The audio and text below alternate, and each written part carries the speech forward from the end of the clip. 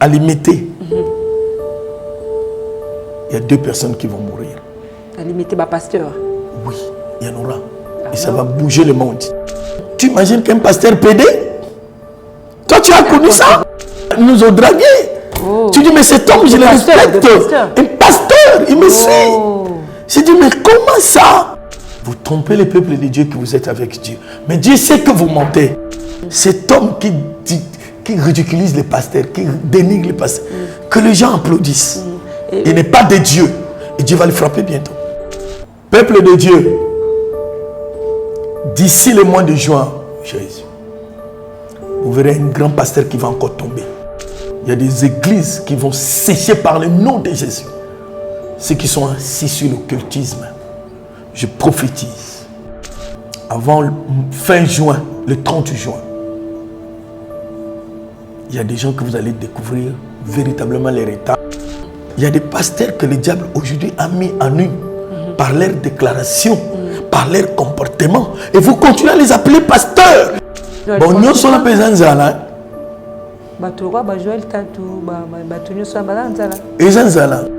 Au moment où pasteur Nicolas est cher, cet exemple, c'est un endroit sacré, mais il se permet de dire des choses. Il y a un moment où pasteur a réglé ma compte, na cher, comme Cupid, comme maintenant Bassabat. Ko sabat ma prophétie pour nous hommes. Voilà que tu tika. Mon pasteur a mis en vodka. Aujourd'hui, un pasteur parle, tu dis mais comment il pouvait dire ça à la télé? Comment il peut faire ça? Comment il peut poser un tel acte? Bon, Zacharie, c'est un vieux que je respecte beaucoup. Mamounaye n'a pas boyé, n'a pas point de vité. Parce que autour d'un bateau, ce monde de la musique est arabongo. N'a pas sa conseil. En tout cas, on va continuer. Besoin de frais chroniques. Va continuer. Oui. On va intérêt à continuer. Zacharie à un moment donné comme Kiti. Ou à un moment donné comme Kiti. Moi le long. Oye émission munene boye mambe chef. Otuni bam, otuni question non. Ça dit et persiste bango moi attention. En 2022. C'est que ils ont une raison. Tu vas continuer mon combat lemba et sili. Comment bon to kanisi biso nzo poto to mboka. Mundu so aye bien. Ni neleki. Babimisi so ka $400,000. Balobi bako pesa bana 5,000 na mona moko o ba gagner wana. OK. Il faut qu'il contrôler. A kuti kuna mbongo bako pesa bana 5,000, ba pesa na mona moko $800. C'est quoi j'ai fait tout. Mais ndeni bolobi bo pesa bana $5,000 na mona moko. Mais tout le monde a mis kanda wa atabino bombi biso découvrir que bo pesa na mona 800. Oh, convention UNESCO, moi je sais que je ne vais pas bana mbongo belete. Et vous savez que mbongo belete. Voilà. Bon, tu as mbongo malamboka. EPST, bazui $120,000. Baki na ko louer babus ya Transco. Mais c'était baki na Transco PDGA ya Transco habité. Ngai ba futinga $16,000. Habité na français to benga oni. Mais na ninga to benga muyibi. Voilà. Transco a bien 16,000. Ba ba ba pesi Transco 120,000. Nansi ba mboka ba comprendre. Il y a misad. Ba ba sala ba tricot. Na ba drapelé. Ba bimis mbongo nango. Il faut que contrôler na imprimer on grade déco. Ba ke ko tuna imprimer na bi amona tabangote. Ayebe tabangote. Ba imiter ba facture na yi.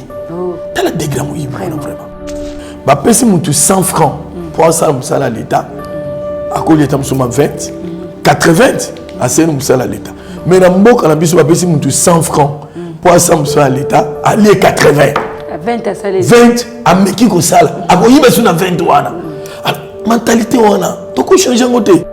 Batika moyibi. Neti seconde to so na ya mutu baninga yiba. Et je faya okanga ye abani ko finga. Vous êtes diaspora. Voici le meilleur moyen pour aider nos familles à leur envoyant de l'argent ou à leur acheter une provision alimentaire grâce à l'avenir pour tous en Angola ou en RDC. Pour cela, quel que soit le pays où vous vous retrouvez, en Europe, aux États-Unis, en Asie ou à l'Afrique, argent, veuillez nous appeler par WhatsApp au numéro suivant. Nous sommes disponibles 24 heures sur 24 heures pour vous guider dans la procédure d'expédition de votre argent. Voici nos différents points de réception. En Angola, nos bureaux sont à Luanda, juste à Kimbangu, en face de banque, en diagonale de l'immeuble Machuda Mandangi. Vous pouvez nous trouver aussi à Luanda, à Ojawenda. Vous pouvez aussi nous trouver dans le province de Angola, comme Mbanza Congo, Mankela, Menoge, Wej, Bengele, Bwenga, Wako, Bié, et puis dans les autres provinces de l'Angola.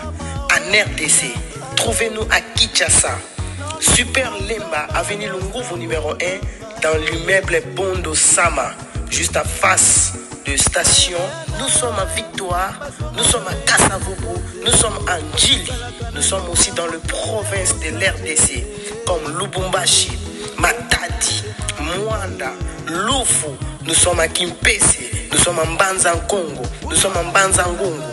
Appelez-nous pour effectuer vos transferts vers vos familles. Vous pouvez envoyer aussi de l'argent pour les gens qui sont en Brésil, à Sao Paulo. Vous pouvez envoyer aussi en Turquie. Vous pouvez envoyer aussi en Europe grâce à l'avenir pour tous. Le retrait est possible dans tous ces endroits cités. Nous sommes caractérisés par la fiabilité, la rapidité et la sécurité dans nos services. Pour tous nos contacts, veuillez nous contacter par WhatsApp, plus 1 859 888 45 43, plus 243 90 68 11 067, plus 243 81 3 747 535. Nous donnons aussi la possibilité à ceux qui veulent entrer dans le commerce de vêtements de qualité produits en Turquie. Grâce à l'avenir pour tous, les achats directement au prix des gros de la Turquie. Sur notre site web, tapez www.easycashinternational.net. La livraison est partout dans le monde. Partout là où vous êtes, la livraison est simple et rapide.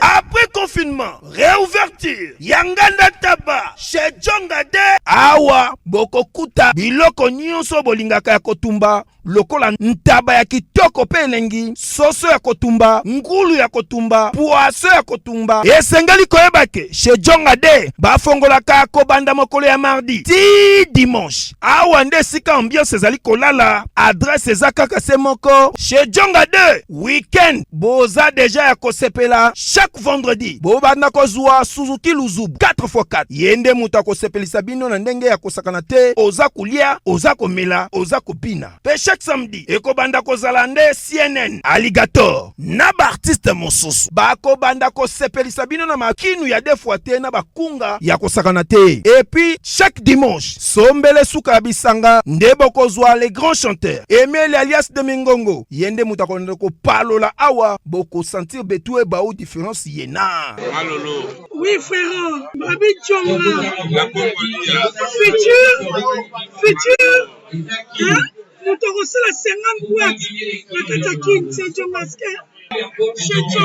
Soki olingo sala ba réservation, obengi na ba numéro oyo pe ba ko servir yo joli kitoko. Chez Djongade, yango nde moboko ya ambiance na kati ya Paris. C'est naturel, soit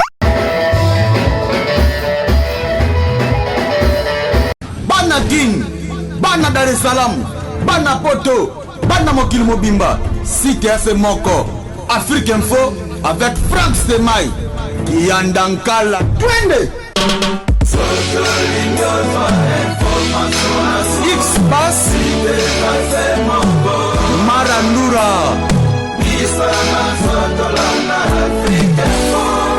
Frank Stemai. Mesdames et messieurs, bonjour, bonsoir. Bienvenue dans votre émission. Ça dépend à l'heure où vous nous captez, où vous nous suivez. C'est avec un grand plaisir de recevoir pour vous, mesdames et messieurs, l'attaché de presse de l'UGF, autrement dit l'attaché de presse de M. Aninguet, le numéro 1 de l'UGF, le professeur, le journaliste et aussi un cadre à l'RTNC. On lui dit bonjour. Bonjour. M. Apoipan, bonjour. Bonjour. Et c'est vous, Béla Wembayo. Merci papa. Ça fait très longtemps, mais c'était un grand plaisir pour moi d'être en face de vous, surtout pour cet entretien si très important. D'abord, santé Zandéni. Non, santé Zabian, Zambé au Salangolone. Voilà. Et il nous gifle de ses bénédictions. À chaque requête, nous le rendons grâce. Voilà, très bien. Tous on a la casquette attaché de presse, il y a IGF. Boni IGF, ils ont maman. IGF est une institution, ils ont Salama Kass. Vraiment, ils ont accompagné le chef de l'État Ndenge Longobani. Depuis côté au moins Kimeza, ils ont la place à Makélété. Ils ont la place pour dire Moussala. Ils vont concentrer dans Moussala. Même si je suis mais c'est vraiment Makélété, mais ils ont discipline.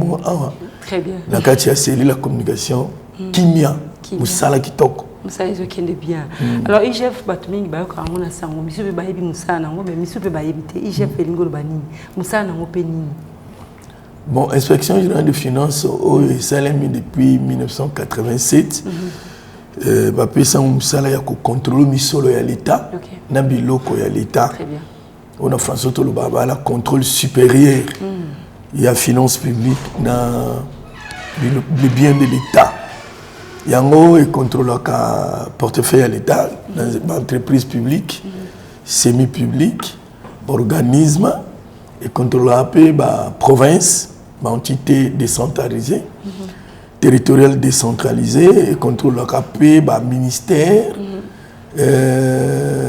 Et ça, Moussa, ils ont pris moi qui font un minki. Il y a un IGF, Moussa, Nangango. Mukumba Mounene, il y a IGF, disons. Charge Makasi parce que ce que tu as dit, dans le IGF a la compétence et le contrôle. Et ça, c'est que tu as mingi bazoma mbongo, kozwate kuiba, comme riche. Alors que y a au contraire, en tout cas, bazama musala Makasi peut y passer. Alors IGF eza institution où ça la makikala. Alors mais musala nango zupenda valeur mingi tant mokonza mboka Félix Tshisekedi a tié maboko to apesi yango ya pifo. Alors est-ce que jusque là résultat ou encore sur le terrain résultat est vraiment positif? Oui. Bosona longonya na mona mboka Tshisekedi ozali président na biso na ndenge amoni ke tango zimbo konzi mboka ezali punda kufa. Voilà. Pour na ka mboka ezali kufa batu ba tchete congolais nyonso wi ke mboka ezali kufa. Eraji Bokonzi, Amaniko Luka a réalisé ma promesse à PSA, état de droit, lutter contre la corruption, Michael Obakian. Alors, on a 4 présidence, les institutions, ils ont dépendre de Malamogon, institution président de la République. IGF a joué en gros, a eu Bassala Ndenge Balingi. L'État a coupé ça, Ndingisa. Donc, mon résultat, est vraiment positif parce que tout le monde a compensation et conflit, les relations, le coût, les alliés sociétés. Tout le monde a l'État, pour dire que le bailleur président, ceux qui ont l'État, est-ce qu'il y a le karaté? À mon déjà, donc, ils ont une institution qui a à Lingui, à Zobeta Maboko. Donc, le résultat est positif. IGF a accompagné la régie financière pour la mobilisation en recettes. Dans les lois recettes à l'État et Mati. IGF, quand il a un contrôle, et quand il y a un mingi, au bazar sur l'État, Gérard Mabé, dossier n'y soit ils ont la justice. Nous avons su que ça a que bilan est positif. Très bien. Nous, Kolobake, si on nous a dit qu'on gagne pour IGF, c'est qu'à quoi il a filé IGF, à boy koiba. Si on nous a dit qu'on gagne IGF, c'est-à-dire, à nous le peuple congolais, c'est ngana zamu yibi. Bon, t'as la IGF, et zo boy ngana yiba, y a bon ngana ofingango. Il y a un autre journaliste qui a fait un message. Il y a un self-défense. Donc, on se défend déjà. Donc, il y a des voleurs quand même jusque-là. Tu bien un détourner, voilà. Détourner dans le français. Il nous a mis passé pour les IGF.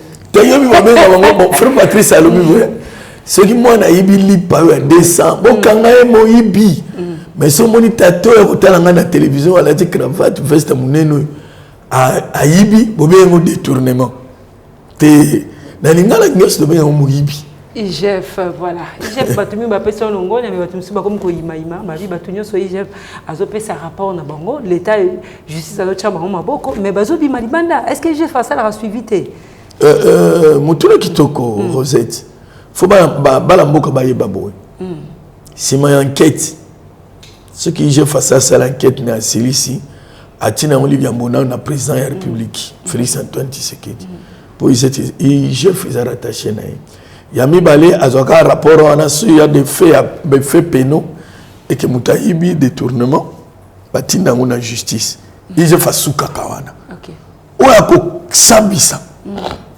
ko kanga ko singa batona bazungu sambongo etala su IGFT etali justice oya que Moutaïba qui abimi biso ko tia présenté tout ko ko tunate pour ani muto abimi pour etali biso te bana moko basimba ngona lobe ko minga ba télé justice ana ndenge na salaka ana ba procédure na ye donc IGF a kangaté munta kanganga justice simaya ko sambisa to tini rapport parce que l'inspecteur bazaba OPJ OPJ ça ba to ba luka infraction que sur une infraction atine pas procureur atine na parquet pour ba poursuivre instruction ba kanga mutuana to batikaye donc bala moko ba ke ezala IGFT en tout cas les IGFT eza justice et c'est décevant actuellement chez le peuple congolais pour l'IGF parce qu'on comprend le thé mais le peuple a dessus l'IGF pour une limbolio qui bisoté voilà ça la justice ça ne vous fatigue pas de peuple congolais azan c'est mon ambition casse non ça ne peut pas on continue le travail continue les inspecteurs continuent à travailler vous faites sa rapport ça vous fatigue pas non maman mais justice peut être quand on peut à tabac et belé après liberté provisoire on est allé ici à Kenya n'a pas Kenya on est allé visiter bah mais n'tine va saler est-ce que vous n'avez pas de choses au Kanama bah que samba wa to bengi juste sur maman makala bateau agriculture bateau ya service belé mon attendre justice pas de ça na omoni to utina mulili moko boyeke kokosa kofinga koyiba et comme mode de vie style de vie ya ba congolais ya biso ba congolais alors ko ya ko papa Tshisekedi ya botika koyiba botika kofinga to linga mboka to tonga mboka moi mobala ba tu peux en souffrir pour muto atika koyiba muto akoni na koyiba aboti bana na koyiba atongi na koyiba vile za koyiba yo ta mbala mo botika koyiba atika mbala mo kote. Mais j'ai failli peut-être restitution à Mbongo Mamibi wana baïba. J'ai failli par place Kenya. État libisodi. On a justice. C'est ça. Confusion ça na bala mboka ngwana. Bazo confondre musala justice na IGF. C'est ça. Na wuti na mino IGF contrôlaka. IGF azo dépend de la présidence. Est-ce que IGF pas dans ma coqueur au contrôler présidence? Mais auto contrôler présidence. Auto contrôler présidence. Peut-être bato le baka président ba présidence tant peut-être. L'institution président de la République est représentée dans mon communauté Tshisekedi. Azana otobenga dotation présidentielle. Ba contrôler angoté. Tozana bilo lokola ba fonds de sécurité ba contrôler angoté dans le monde entier. Mais on est à la présidence de la République, c'est-à-dire l'administration de l'institution président, basé sur comptable. D'ici quand nous sommes comptable d'État Zali, IGF a ndingisa ya contrôler. Même papa Tshisekedi aye bien, même bango mon papa aye bien. Na ko personne d'akisa. Baba ki IGF a ko compter présidence té. IGF effectivement qui n'a ko compter président mais IGF a ko sala audit la présidence. Mais résultat en fait somme ta sengi audit. Net ngande na zamu na mandeko na nga to gérer presse awa. To ko senga peu auditeur ba ya to sengi bango audit. Biso to sengi boya ko contrôler biso. Biso to ndeko mutipai, to ndeko Nadia Kulenfuka ndeko Jean-Pierre na pesa comment on nyoso ba kwa mbosa ni comme ngai te ba mingi peut-être ndeko Mbizi ndeko Chris Kazadi comment on est compliqué na clé Chris to ko sanga bino biso ba ko sala biso dit voilà tango ba ko sala biso dit IGF ba ko yeba ngote la différence audit mais bakola kusabiso ke awa bobongisa awa bobebisaki awa audit et sous la recommandation présidence a 5 audit par voie directeur du cabinet inspection et Kenaki et contrôler bah pèse bango résultat na bango bah pèse bango peut pas recommandation on a tout publié et puis tu publier raté tu peux avoir résultat résumé à enquête c'est tout. Voilà, qu'est-ce qui se passe avec le ministre de l'enseignement primaire et secondaire? Qu'est-ce qui se passe? Il y a un fou là jusqu'à ministre était question des années les na tournoi. Hein? Tournoi interscolaire, tournoi interscolaire panafricain. Pour en tout cas, IGF, les institutions ont un contrôle, parce qu'il y a un problème d'individuité. Ça, c'est impossible. Donc, vous avez un problème de service. Non. IGF, à tous les années, si vous gérez sur l'État, l'État PCIGF, il y a qu'à contrôler. Si le problème est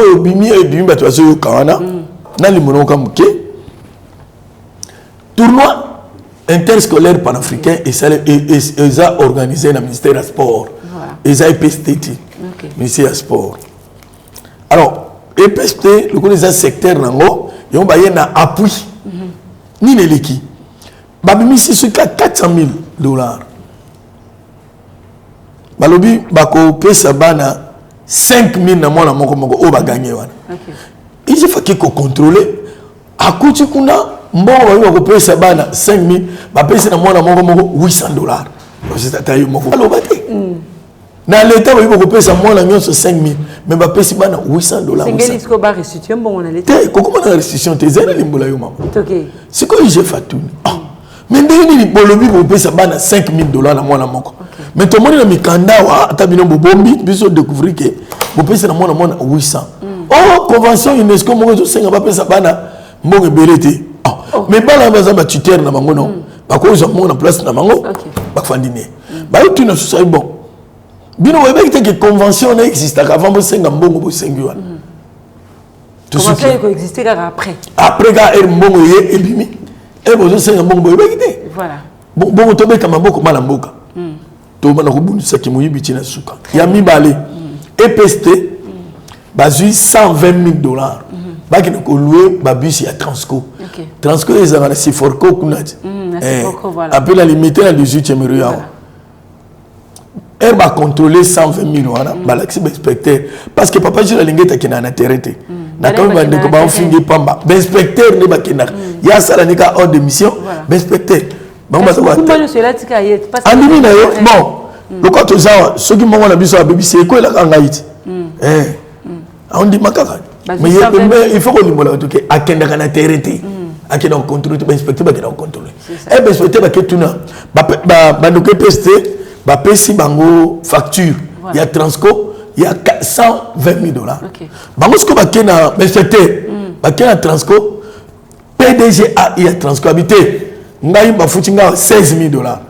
Habité na français to bien on dit. Mais na ninga to même muyibi. Voilà. Na français le bomba qui muyibi na français pour le moment détournement. Détournement. Transco a dit 16 000. Bon on va payer Transco 120 000. Na si ba na mboka ba comprendre. Ya libosama. Ya mi balé. Ya mi sato. Ya mi sato. Ba ba sala ba tricot. Na ba drapelé. Ba bimi so mbongo na ngo. OK. Il faut que contrôler na imprimer on grade déco et ça la galerie présidentielle là on a vu là inspecteur partout kasi moi mais les cas ma kasi faut contrôler toi ba sala bo question ya mbongo na bango ne il y a imprimerie j'ai fait autre tinda te à quelle imprimerie qu'on vérifier facture ba yeli que na sali eloko ipana Rosette il était évident vraiment que j'ai fait tinda subato et bon contrôle yo ngasani abi iyo ga ndimi bon ba ça va sali pendant 34 ans. Ma technique non ça. Très bien. Alors bakei assisté. Bakei ko tuna imprimer la bi amoni tabangote. Ayeba tabangote. Ba imiter ba facture na yi. Oh. Tala dégramme yi vraiment. OK. Et je inspecteur ba zone ba. Jura lengé tété inspecteur chef de service té. Ba inspecteur on a ba bengi directeur cabinet. Ba bengi ba conseiller, ba bengi comptable d'état pour yim dans un banque. Ba yaka pas la biso. Na IGF ba tuni bango bon ça me facture 820 000 $. Nde boloki franco Transco yango OK tala Transco apesi biso facture mususu ils a 16 000. Mais moi ko zombo à l'état bon c'est pas bien imprimeur Gradeco. Ok, non, ça, oui, tout ça, les tricot, kuna, la commis, tout ça, les drapés. Ah, alors, il y a une minute, avec pour imiter, facture na mango, ok, je me pas là-bas. Et là, il y a ce siko. Cabinet à maître Mokuma, Joseph, va traduire et pester la justice. Plainte ça, sur le mot qui est dans le plus. Ezali. On va image va parler dans le soba monongo que nous ça les autres ça la mapenati na cabinet à traduire. Bosembe est au salé mission tanga kiango. Voilà. Zela appareil pe na pona kanga ipo et solité. C'est très bien. Ba fundi bango, ba fundi pester. Biso entre ba solo. Ba fundi bango. Parce que mutame nani PDG a Transco a sali pe interview. Ils appellent l'appareil. Alors, il va payer 16 000 au Bafouti na Transco Bakosi. Pour y avoir ta fondité quoi. À l'objet vérité. Tout le monde a mal à moi, on finit à la TV. Au lieu que je finisse à Transco, sur la cause de mon gamzo, au lieu que je finisse au Gradeco, on finit à inspecteur général du Sud. Babi acharnement, à cause de mon cambo, beaucoup pembe, le col à zéro, ils ont l'océan. Tout ça. Mais bien expliqué, ce moment beaucoup plus mango, ils ont changé. Je crois que non, tu n'as pas la WhatsApp. Voilà, très bien, alors, monsieur Apoipan, parlons de Bisso, on va être sûr et certain que les choses vont s'améliorer. Mafia aussi là, corruption aussi là, qui mouille bien aussi là, parce que j'ai fait tellement ma casse pour moi. Bon, Netina Tobe, la poésie là. Il faut ici là. Bon, attends que si la union sauté et diminué.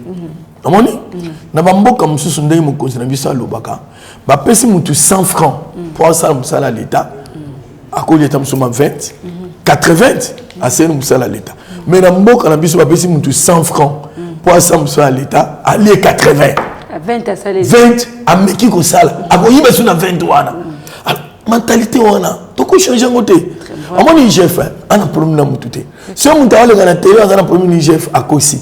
Et je vais aller à problème à mon tapé pas toi coûter. Très bien. Problème chef, so gérer mbongo, gérer ango malamu pour ils bien collectif. Merci. Alors peuple congolais faye belo komoko. Na ngolo bango mingi. Oh, IGF akangi bato ba yibi mbongo à l'état. Té, il faut le ba IGF akangi ba yibi mbongo na biso. Biso ba congolais. Parce que les leçons aucune alimentation, na shopping. To osuzu biloko zio et rien na caisse. Pour nous foutre la mission facture. Quand la facture va payer ça, on va comme TVA. Et ça impôt. Et ça taxe. On se tout foutre. Donc peuple congolais nous ça fout la taxe wana. Comment bon to kanisi biso nous pour to mboka. Nous soyez bien. Papa tu sais que dans le vie il faut pas moyen pour un tomba. Tu as le budget de comme 10 milliards. Il faut te féliciter, mériter la salle. À défiter kaka mbongo il faut empêcher ba yibo yango tonisi muso la l'état. Donc mbongo maintenant compte na poche à bateau. C'est ça.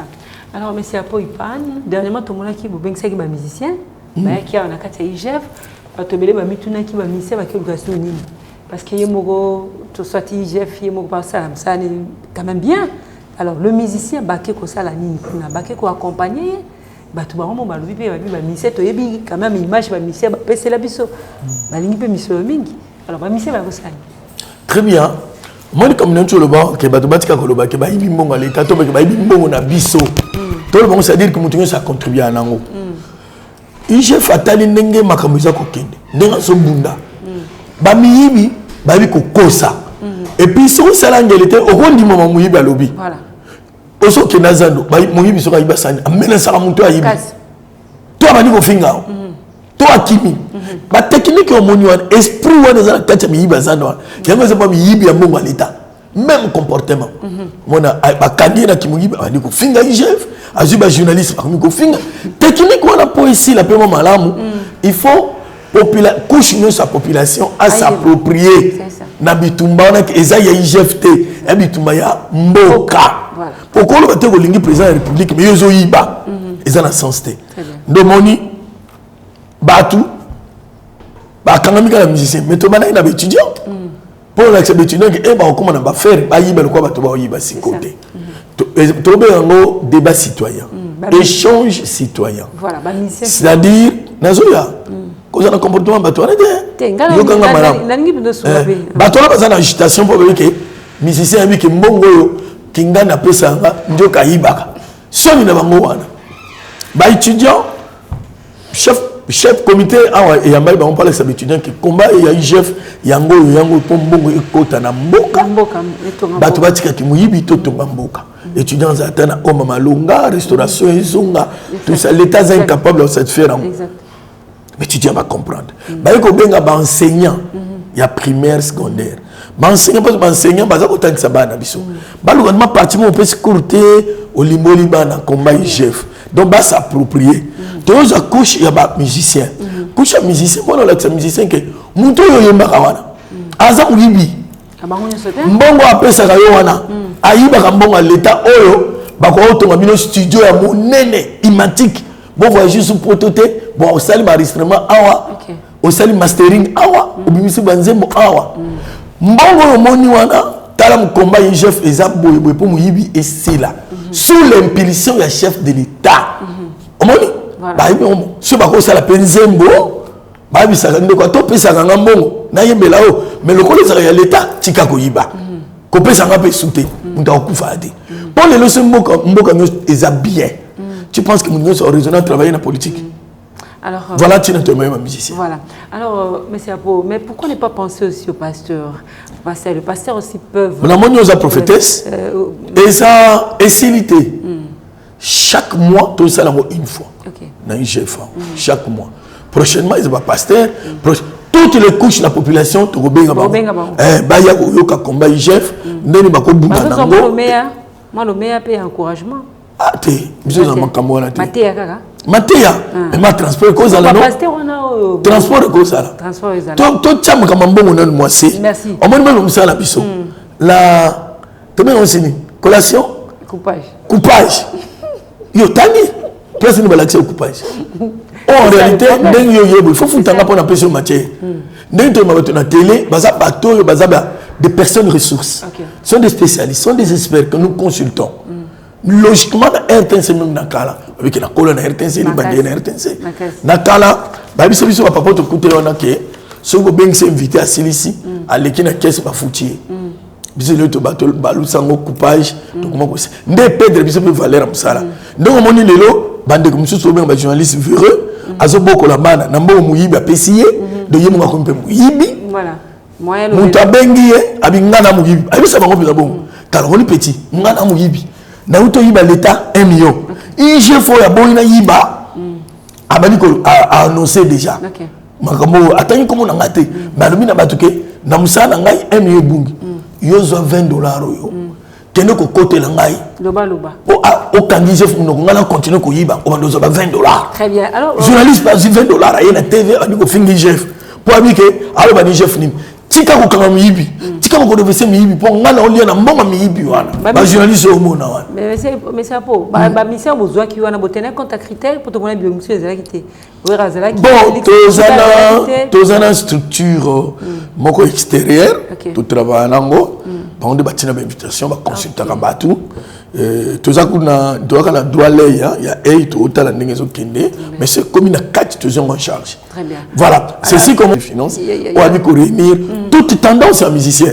Pourquoi pas est-ce que avec le pasteur vous tenir compte de vos critères parce que non ba pasteur nyonso akoya mais tal omoni ngala msay nankolo mama kamusu toyo kanga salanga passe est-ce que pasteur vous allez nemi na pasteur pasteur akoso na pasteur mais zo inda mikolo est-ce que na tout qui est dans la logique tout molaïs bon on se voit voilà alors monsieur Apo vous avez quand même na RTNC vous appelez Mokonzi Buna il y a que l'ingérate bat ba mais vous êtes directeur dans vous appelez Mokonzi alors vous peut être là vous allez le monsieur ba lendo te ba ba ndena on a tina olobaki etali bango mais to yebi ke olingana no kututé ba voilà monsieur Apo au minimum na RTNC aux UPT qu'on travaille na Zakari Bababa souhait tu toujours à point de vue par rapport à tout ce qui se passe actuellement là dans les réseaux sociaux que soit na yé kolobelaye kolobaki a fabriqué qui wera ba discussion so wana koto na Sankara koto na Ranson alors étant que moko ya RTNC oyo so la bien na Zakari kolobani bon Zakari c'est un vieux que je respecte beaucoup à ça la style moko ya Il y a genre mon journalisme, genre journalistique moi il y a ça là. Dans mon professeur Batoumene a écrit même sur ça. C'est pour dire que c'est un gars qui s'est innové. Nous devons lui reconnaître ça. Abiko innové, alingam sala na emingi parce que Zakaria en soi est historien de mentalité. Et il a appris le journalisme sur l'État. Tu vois? Et c'est une forme aussi à formation. Il le fait bien aussi. Il le fait très bien. Et puis il a un bon français. Qu'on est quand même à l'école de journalisme. Il y a un français comme on est Moya qui est un bon journaliste. Ce n'est pas forcément celui qui a fait des études du journalisme. C'est lui qui est inné pour lui. Zachary peut s'inscrire dans la liste. C'est un bon. Mamounaye n'a pas un point de vité. Parce que autour de ce monde de la musique est arabongo. Or, on a Moussaï Nankolo, on a journaliste et éducation, on a opérateur culturel, on a un point de vue dans le monde. Parce que dans le monde normal, on a un monde normal. Et on peut sa point de vue, on peut interpréter, je ne condamne personne, on va comprendre que dans le style, et puis dans le monde, et c'est fait que grand frère, on a tous amis Zachary, a dit dans le monde. Donc, c'est normal pour nous. Et moi, la paix au Kosengate? On m'a dit on m'a dit ensemble. On peut se conseiller. En tout cas, on va continuer. On va des frais chroniques. Va continuer. Oui. On va intérêt à continuer. On m'a dit dans le marketing, il y a quelque chose qu'on dit le démarketing, c'est le marketing. Très bien. C'est-à-dire quoi? Zachary, à un moment donné, comme Kiti. Ou à un moment donné, comme Kiti. Moi, je suis là. Émission, je suis chef. Je question. C'est-à-dire, et Pessisco, attention. Mais ça, c'est une stratégie pour nous. On peut bailler dans ce collègue. Pour Zachary, ça y est, ou ça y est. Pour nous, en 2022, ils ont une raison. Tu peux continuer. Mon combat Lemba et Sili. Mais tu peux fingana, conseil n'a pas ça va fingana parce que bientôt au bunda to sali télévision jeudi TV. C'est ça. Pour te conseiller mo que domine bati valeur. D'ailleurs. On a petit valeur, oui. Donc to singa batu ba yoka bango mais ba fingana té. Très bien. Il faut éviter les enjeux. To to mboka na mafinga. To zona casquette à pasteur. Vamos sair Nzambe, Théara. Les évangélistes. Voilà. Ouais. Alors, un ministre de Dieu, concernant l'église, toute l'église est là. Pasteur, pasteur, ça va prophétie, pasteur, ça va faire miracle. Actuellement, avec Joël. Bon, nous sommes les Zala. Joël Tantou, nous sommes les Zala. Nous avons comment battre. Parce que si on a l'objectif, il y a un toit à Salibongo, à l'Ouarambo. Allah t'a bien, à foutre un dac moins bien, à son mandat. On m'a dit Satan. Satan, il y a eu un moment où on a étudié le comportement du diable. Diable a collé à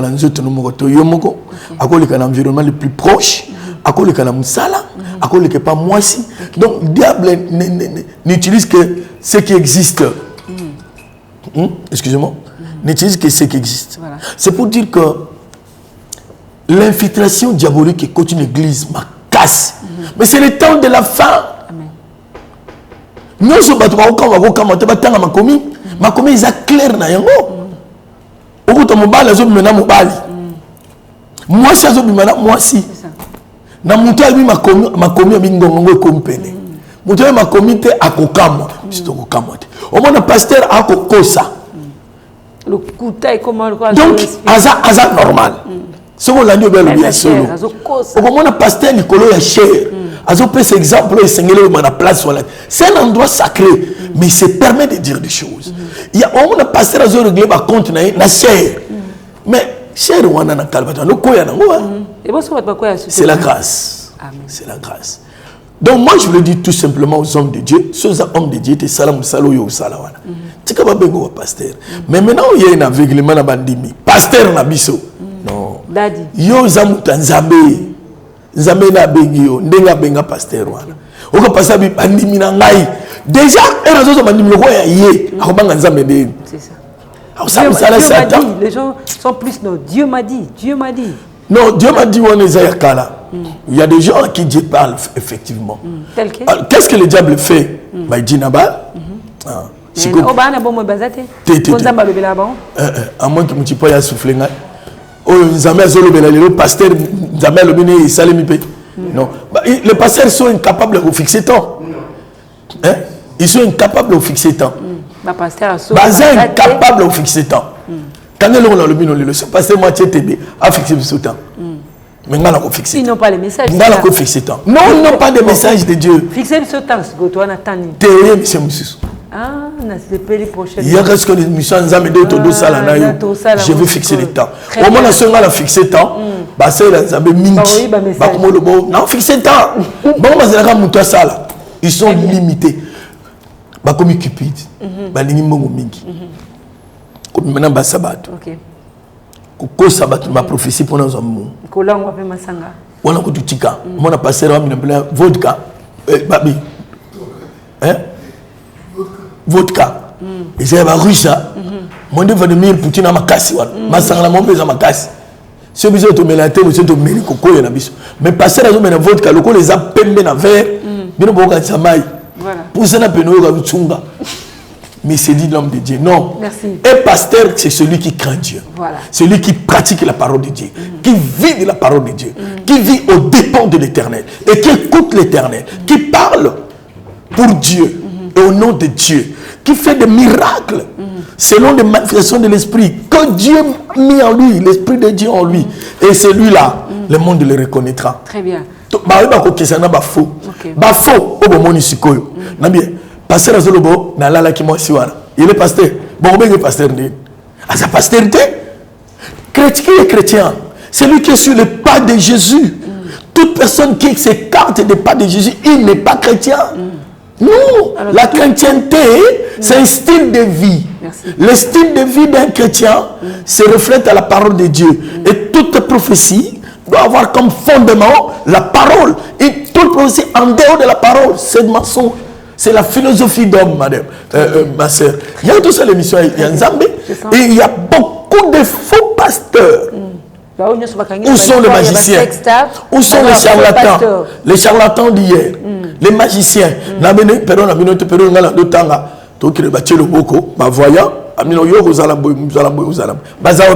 Si on ne pas prophète, et le vrai existe. Le vrai existe. Et vrai, basa majoritaire. En tout cas, ministre de Dieu, professeur, attaché de presse de l'IGF. Je crois que prochainement, tu as une casquette à Moussalanzambe. Je sens qu'il y a beaucoup de choses qu'on doit en fait développer avec vous. Vous savez quoi? Je formule un vœu que les journalistes chrétiens, tout vivre quand on a passé il y a aussi des magiciens. Il y a aussi des occultistes dans le corps pastoral. Comme on dit diable, un jour on a passé un diable et on va réfléchir. Diable a chaloupé tu sais pourquoi Dieu dit qu'il soit laissé l'être adoré? Parce que diable, on a le cas adoration. À la qui Lucifer, lumière, à qui chef adoration. Est-ce que veut on est pas diable? Ezali. Il veut qu'on l'adore. Alors, à comment on a que à PCO, un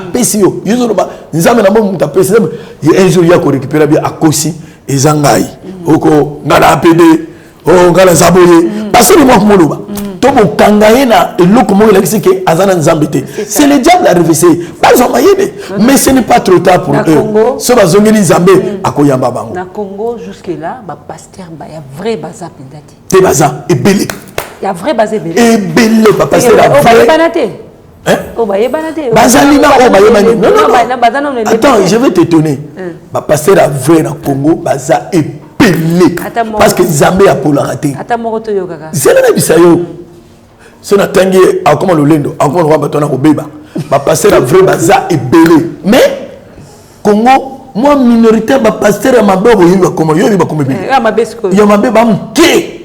Ce que le quoi il y a ma bébé wana, au cultiste on a pas ndoki wana, baza na mambo. Baoulé na batélé, basali batélé, bazotonga l'église pour na batum susu, Mon pasteur boy azam moisia, moninga pasteur a Togo l'église a tié bakiti, bazam keboy. Le comme ça m'a bon de babi mais ce qui va se bériter, bamke le vrai bazali. Bazali mandimi belé. Bazam ke me bani na mandimi belé. On est au bien mandimi belé. On est nzabé nzama le 2 ou 3. Ce que je ma commis. Nga nya kovana mina makomi. Ce 2 ou 3 vous savez na kombo na ngai dans la kati na. Mais les gens ne veulent pas. Non. Il y a un problème d'enseignement. L'église, ce n'est pas la foule. L'église, c'est la qualité de l'enseignement que vous donnez aux gens. L'église, c'est comment vous préparez les gens au salut. L'église, c'est cette présence de Dieu parmi vous. L'église, c'est cette façon de dire sans Dieu, nous ne pouvons pas faire recours au diable, aux occultistes, aux féticheurs. Ça, ce n'est pas une église. Foule, nous avons des hommes qui pasteur, vous avez 10 personnes. 10 personnes. La fonction attire aussi. Non. Ça peut aussi attirer. Non, vous devez attirer qui? On attire là où il y a Dieu. L'église est Gokauka. Le temps arrive. Je prophétise. Je prophétise. Peuple de Dieu, d'ici le mois de juin, Jésus, vous verrez un grand pasteur qui va encore tomber. Je prophétise. Il y a des églises qui vont sécher par le nom de Jésus. Ceux qui sont assis sur l'occultisme. Je prophétise. Avant fin juin, le 30 juin, il y a des gens que vous allez découvrir véritablement leur état au nom de Jésus. Voilà une prophétie arrive quand je parle de Dieu. Quand j'invoque le nom de Dieu. Je comprends. Je ne m'étais pas préparé pour dire ce que je dis. Ça va se réaliser. Écoute, Rosette. Très bien. Dans mon intercession, sur Saint-Doué 10, les gens qui me suivent, je le dis à la télé. Très bien. Je dis, à l'imiter, il y a 2 personnes qui vont mourir. À l'imiter, pasteur. Oui, il y en aura. Et ça va bouger le monde. Je dis ça une semaine après. Mon frère ici, évangéliste Baka, va le dire. Je vais entendre ça à une église à Selembao. Très bien. Quand c'est accompli, il y a d'autres personnes qui se sont accaparées de ça. Très bien. Nous parlons de la part de Dieu. Amen. Très bien. Je suis ici par la volonté de Dieu. Là où tu me vois assis, c'est Dieu qui a voulu que je sois là. Ce n'était pas par ma force. Toute autorité vient de Dieu. Parce que c'est Dieu qui l'a voulu. Très bien. Nous sommes déjà à la fin. J'invite ces gens à craindre l'Éternel. Dieu est omniprésent et il est omnipuissant. Vous trompez les peuples de Dieu que vous êtes avec Dieu. Mais Dieu sait que vous mentez. Et la Bible me dit, tout ce qu'un homme aura sémé, il finira par le moissonner. Merci beaucoup. Changer les comportements. Il y a des pasteurs que le diable aujourd'hui a mis en nu par leurs déclarations, par leur comportement. Et vous continuez à les appeler pasteurs. Qui dit pasteur? Ils ne veulent pas demander pardon. Qui dit pasteur? Nous ne sommes pas au stade de pardon. Que signifie pasteur? Que diriez-vous par exemple? Pasteur, c'est protéger les brebis. C'est lui qui paie les brebis. Cet homme qui ridiculise les pasteurs, qui dénigre les pasteurs, que les gens applaudissent. Il n'est pas de Dieu. Et Dieu va le frapper bientôt. Que diriez-vous par rapport à la démission du pasteur Mike à Machabou et aussi il s'est fait retirer de l'église en fait. C'est lui qui a ses raisons. Je ne connais rien de ça. Il a ses raisons. Mais je dis tout simplement au pasteur et au chantre de l'Éternel de craindre Dieu. Il y a une bénédiction dans la crainte de l'Éternel. Moi, je travaille avec Maman Olive. Aujourd'hui, je travaille avec Félix. Il n'y a que Dieu qui peut faire ça. S'il fallait que ce soit les hommes, on me jetterait très loin. Il n'y a que Dieu qui peut faire ça, pas une autre personne. Et la Bible me dit, béni l'homme qui se confie en l'Éternel, maudit l'homme qui se confie en l'homme. C'est ça. Il y a beaucoup de chantres, beaucoup de pasteurs qui se confient aux hommes. Ils sont tantôt utilisés par les politiciens, ils sont tantôt utilisés par les gens qui sont occultistes. Tu imagines qu'un pasteur pédé? Toi, tu as connu ça? Tu as entendu ça? Un pasteur pédé? Et c'est connu? Non, vous apprenez auprès des réseaux. Nous, on a vécu ça. Il y a des gens qui nous ont dragués. Tu dis, mais cet homme, je le respecte. Un pasteur, il me suit. J'ai dit, mais comment ça? Oh Jésus. Donc, bateau va croire. Oh Jésus, c'est une réalité. Oui, même le frère Max Mbenga qui me suit. Et c'est lui qui m'a ouvert les yeux. Il dit, pasteur, ça là qui boue. Pour te dire que ce qu'on dit là est vrai et fondé. Ils sont là dans l'église. Et vous le verrez, hein? Je vous révèle quelque chose. Regarde les tactiques de l'occultisme. Bien-aimé de Dieu, tu es une femme, tu sors avec un pasteur ou tu es sa femme. Quand il s'intéresse plus par ton derrière, c'est qu'il y a une contrefaçon et c'est le diable. Ce qui couche les femmes par derrière, c'est diabolique. Je le dis pour Dieu et par le nom de Jésus-Christ. Quand ton homme, à tout moment, il veut te faire des rapports sexuels par une voix qui n'est pas celle autorisée par Dieu, ma soeur, les sentiments ne peuvent pas venir là-bas. C'est diabolique. Voilà pourquoi ces gens ayant pris goût à sa propre femme, il le fait un homme sans hésitation, parce que tout homme a l'anus. Vous comprenez ça, c'est diabolique. Les diables pensent que Dieu fait, il fait la contrefaçon. Dieu dit, la femme, il faut faire les rapports avec elle par devant. Voilà. C'est ça la parole. C'est ça la volonté de Dieu. Même un enfant qu'on n'a pas appris à faire les rapports sexuels à 15 ans, il va chercher les devants de la femme pour faire les rapports. Mais comment expliquer un adulte comme lui là, il va toujours à la contrefaçon. C'est diabolique. Même pour le mari, il y a des gens qui sont dans le mariage, papa et maman. Je l'ai dit. Ils ne peuvent pas faire par derrière. Je l'ai dit, ils ne peuvent pas faire par derrière. Le derrière a une autre fonction, madame, tu le sais. Toute personne qui me suit, il connaît les rôles. Dieu a donné à chaque organe un rôle. Voilà, très bien. Chaque organe, les nez, c'est l'odorat. Les yeux, la vue. Les oreilles, la ouïe. Les toucher. Chaque organe. Très bien. Chaque organe, madame. Ah ben, qu'est-ce que le peuple de Dieu doit faire? Nathan, discerner. Écoutez les hommes comme nous. Écoutez ceux qui disent mieux que nous. Mais refusez ces dentaires-là. Quittez cette église. Quittez. Quitter l'église, il y a... Quittez l'église de ces occultistes-là. Il y a des occultistes. Oui. Et puis au moment où on a fait même 1000 fois. Pesa. Pesa et lokobo. Pesa. Oh my God. Une église trop pauvre. Vous voyez les mamans pauvres. Pauvres femmes qui vont de pain, qui se réveillent à 4 h du matin. Qui fait étudier un enfant à l'université. Maman, ça sont des prophéties, des mensonges. Aux ans à $100. Combien de gens peuvent avoir $100 là? Il dit une personne, ils élèvent 10, il prend. Wow. Mais c'est une technique de vol. Voilà. Est-ce que l'État n'a bu ça? Mais quand l'État intervient, tu le dis à sa diable. J'étais en train de dire ceci. Qu'est-ce que vous voulez que l'État fasse? Il suffit que l'État ferme les églises, on va dire diabolique. Mais il y a des églises qui doivent être fermées. Moi, j'accepte ça, j'encourage. Mais dans l'église, papa, les gens, l'église, ceux qui basali, quoi ça mine makambo tozomona. À sextaf, maramno so baki ko tuna bango, ngaza l'église réveillée. Bami pesi le quoi baza autonome, baza bango moko na ndenge na bango. Bazo ko banga nini? Bazo ko banga baza na kati ya plateforme moko po ba kozala. Bon, problème les awana. Au moins même baza incapable ya kozala ensemble. Voilà. Oh, l'esprit nous unit. Nous avons une même pensée. Très bien. Même esprit, même âme. C'est la Bible qui me dit ça. Mais nous sommes incapables de rester ensemble. C'est ça. De créer une structure unique. Parce qu'il y a besoin de lui créer de l'argent là-bas. C'est ça. Passer comme on l'a passer à la parole. Maintenant, l'église de réveil n'arrive pas. Et puis, un pasteur doit avoir la sagesse. Quand tu sens un pasteur la sagesse de Salomon. Mais aujourd'hui, un pasteur parle, tu dis, mais comment il pouvait dire ça à la télé? Comment il peut faire ça?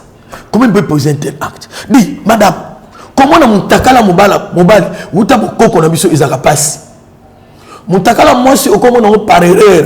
Tam soit fongolé li puta, erazo kanga, lis et monde. Mais bas bagina boto sipé. Makasi. OK? Mais le mi ba les commis. Mais tala. Moi c'est un diable était. Ba caméra ya ba pareil. Mais c'est le diable. Comment yo ozo 500 autres na moi si? Yo sanga intérêt les a ko filmer. C'est ça le problème. Pour ça qu'on filme nous y éviter. Mais pas les pas zo moi ça zo filmer, moi si pas zo bater. C'est le diable qui joue à ces moments-là. Obiso obi maintenant moi ça mon toi. Vous êtes dans l'adultère non? Exact. Dieu n'est pas là. C'est le diable qui vous commande maintenant. Regarde Elengi, des choses là qui cadrent avec ça. Tu sens que Dieu n'est pas là. Très bien. Mais madame, comment expliquer que moi, c'est là où je suis sur troisième personne à filmer. Bien au moment où au Canada. Non, il y a une troisième personne. Non, my God. Il y a une troisième personne qui vous fait. Vous êtes nu. Vous êtes en intimité. Qui dit intimité, c'est ce qui est caché. C'est les secrets. On vous filme, même vos organes sexuels. Comment l'homme est en train de pénétrer, excusez-moi de dire tout ça. On filme ça. Pour quel intérêt? Pour quel objectif? C'est là où le diable montre qu'il est fort. Et vous venez un temps, on balance ça. Je peux encore comprendre des bateaux à Zanebo monter, il y a des montages. Mais oh frère, oh papa, non. Et là on a quand même Kimbangiste au biseau de la mingi, namoni pasteur mon Kimbangiste, ba filmé, ba kangé na musa qui toi dit, apimina moi sinaï, papa qui toi dit ba papa biseau de spectacle, mais atike na caleçon, ba publier en. Vous voyez comment le diable règne aujourd'hui. Il faut beaucoup prier. Moi j'invite les chrétiens à beaucoup prier. C'est ça. Merci beaucoup. Tu comme pratiquement ce comme ça. Nabiso, tu as une essai parce que tu l'as dit au Kébi au Bimisi aux Aki Nango. Que ce soit sur l'IGF, que ce soit sur les choses de Dieu, tu as été terrible, vraiment. En tout cas, merci beaucoup. Vous avez édifié quand même les enfants de Dieu. Mais toi, ça me l'a fait pour la Miyibi. Il y a l'esprit du vol. Oyo ebotima papu na mboka na biso. N'est pas si inspection ils ont organiser la prière, moi nuit de prière. Bon, nous on marche avec la prière hein. Très bien. On marche avec la prière. IGF organiser la prière. Bon, c'est possible, les chrétiens va ébeler c'est possible. Il faut une autorisation, il faut organiser tout ça. Bato ba yibaka wana mingi o ba détournaka te ba église te ko l'église des amis on m'a problème il y a des émissions chrétiennes tout ça là quoi c'est une aberration ko ba to kena église voilà non moi je peux rester chez moi j'entre en présence dans la présence de Dieu très bien comment Dieu dit fermer la chambre et votre chambre rester prier non l'église n'est qu'une construction humaine les temples et les âmes maisonnées. Église veut dire les appelés de Dieu. C'est ça l'église. Voilà. L'église, ce n'est pas cette maison construite de maisons. En arméen, en grec, pour tomber en latin, arriver au français, l'église veut dire les appelés de Dieu. Ok, très bien. Ok. Alors, les appelés de Dieu peuvent se réunir partout pour créer l'unité, pour créer la communion. C'est ça l'église. Mais quand tu vois, il n'y a pas que les appelés de Dieu. Très bien. Très bien. Il y a des gens qui ne connaissent pas Jésus, qui viennent. Il y a des gens, ceux-là ne sont pas les appelés de Dieu. Ce sont des infiltrés. Quelqu'un qui est au Christ peut venir à l'église, il se met là, il donne sa contribution. Voilà pourquoi Nganga est une église. Parce que nous ne respectons pas le mot église. Les appelés. Quand on ouvre la porte, tout le monde peut entrer. Ils ne font pas. Parce que les pasteurs visent l'argent. Zala Ndumba, vous savez qu'il Ndumba a boutou titi, aux 10%, 10 moyens qu'on peut ça. Au monsieur pasteur, nous avons ça là qui Ndumba a boutou. Ah mais non, Zambia pas moulayo. Mais là t'as capote. Pasteur dit à une prostituée, après ses conseils, ça dit Moussala au salon les habillants. Il oublie qu'une femme prostituée, c'est biblique aussi. Tu vois cette femme a souvent ma fouta. Bato aboye pour une femme impure, mais il a touché celui qui purifie. Jésus. Il a touché le puissant qui purifie Jésus-Christ. Moi, si on a communiqué dans la Bible, et nous parlons de lui. C'est-à-dire, quand une prostituée entre dans l'église, mais si il n'a pas prendre, et quand Jésus entre dans la vie de quelqu'un, il transforme la personne. Mon Dieu a bon humanité à ta chrétien, au monde qui est chrétien. Tout ça, mais la macasse pour la miyibi en mokoyo. Batika moyibi. N'était seconde de tout ça, non, il y a mon toit ngaïba. Et je faisais au kangaye à Baniko Finga. Tout le monde est dans un journaliste, il va se lier à mon amabé, pour ma finga, mon toit, ça l'effort, à son chef litana, vision. Vraiment, Rosette, merci, na yona caméraman. Zama bon moya pambolabino. Amen, amen, amen, évangéliste. Nous sommes arrivés pratiquement à la fin. Nous saluons comme ça, en fait, Peter Kachama, le leader européen. Peter Kachama, je te salue. On est parti en France. Merci à toi, Chatou. Tout le monde pour un autre numéro de cette émission.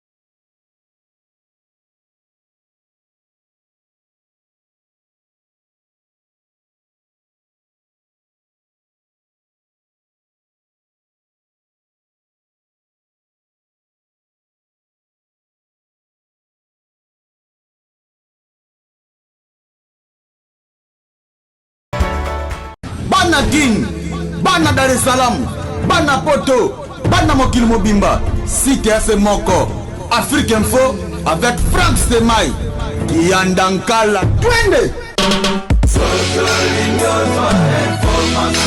X-Bass Marandura